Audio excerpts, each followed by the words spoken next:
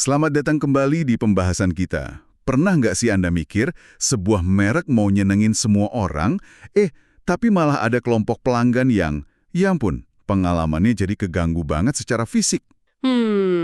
Nah, sumber kita hari ini, buku The Growth Dilemma, itu ngebahas ini loh. Khususnya di bab 7, pakai istilah konflik fungsional. Betul, betul. Kita mau coba bedah ini bareng-barang. Kita lihat gimana keinginan satu grup bisa bentrok langsung sama grup lain. Contoh utamanya, wah ini yang lagi rame nih. Apa tuh? Fenomena orang dewasa yang datang ke Disney tanpa anak. Kadang, ya ada laporan sampai mabok gitu, tapi mereka juga pengen banget merasakan magisnya Disney, sama kayak anak-anak. Nah, misi kita kali ini, gali lebih dalam soal benturan praktis ini. Iya, benar banget. Konflik fungsional ini memang unik. Karena ini bukan sekedar soal, beda selera atau citra merek aja. Oh, bukan itu ya? Bukan. Buku ini nekenin banget konflik ini muncul ketika cara satu kelompok pelanggan pakai atau nikmatin layanan, malah secara langsung halangin kelompok lain buat dapat nilai fungsional yang mereka cari. Ah, oke. Jadi ini tuh soal gangguan yang ya sangat nyata gitu loh di pengalaman mereka. Oke. Mari kita bongkar pelan-pelan. Bab 7 di sumber kita nyebut ada 2 pemicu utama nih. Pertama, dan ini kayaknya yang paling kelihatan ya, perilaku satu segmen pelanggan, seringnya sih segmen baru yang lagi diincar buat tumbuh, itu secara fisik ganggu segmen pelanggan lama. Nah, Contoh klasiknya, yaitu tadi, Disney Parks. iya, Disney Parks itu kan identik banget sama tempat paling bahagia di bumi ya kan?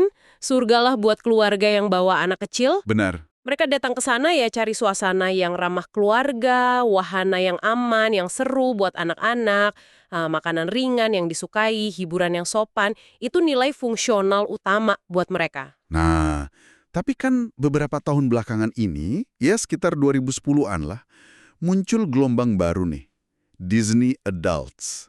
Orang dewasa yang datang tanpa gandeng anak. Iya ya. Dan jumlahnya tuh nggak main-main loh.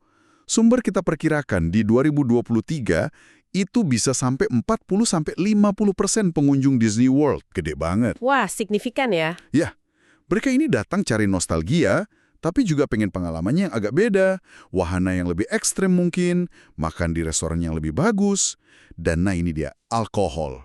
Ini yang mulai bikin, menarik situasinya. Dan Disney ya, namanya bisnis ya pasti lihat ini sebagai peluang kan. Tentu. Mereka respons dong.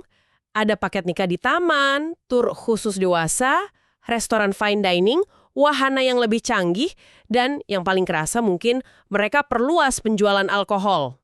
Padahal itu agak beda ya dari visi awal Walt Disney. Banget. Visi awal Walt Disney kan sangat fokus ke keluarga. Jadi ini ya agak menyimpang sedikit lah. Nah, disinilah konfliknya mulai panas, ya kan?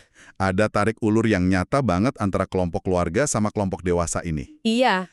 Sumber kita mencatat, ada keluhan loh soal perilaku orang dewasa yang kadang, ya agak kelewatan. Ada yang mabuk, bahkan sampai muntah di taman. Aduh. Terus, Epcot itu sampai dapat julukan festival pemabuk gara-gara tren minum keliling dunia itu. Belum lagi soal antrian ketemu karakter ikonik. Oh iya, itu juga jadi masalah ya. Banget. Antriannya panjang. Sekarang banyak juga orang dewasa yang ikut antre. Kan kasihan anak-anak sama orang tuanya. Udah nunggu lama, malah nggak kebagian foto sama Mickey atau siapa gitu. Kebayang sih frustrasinya. Ini jadi dilema yang pelik ya buat Disney. Di satu sisi, kelompok dewasa tanpa anak ini sering disebut DINKS, Dual Income No Kids. DINKS. Iya, mereka daya belinya tinggi, jelas sangat menguntungkan. Apalagi kan biaya liburan keluarga ke Disney sekarang makin mahal aja. Betul.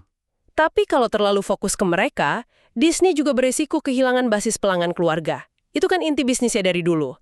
Bisa-bisa citra tamannya jadi kayak, arena main orang dewasa aja. Ke Dave & Buster's gitu ya?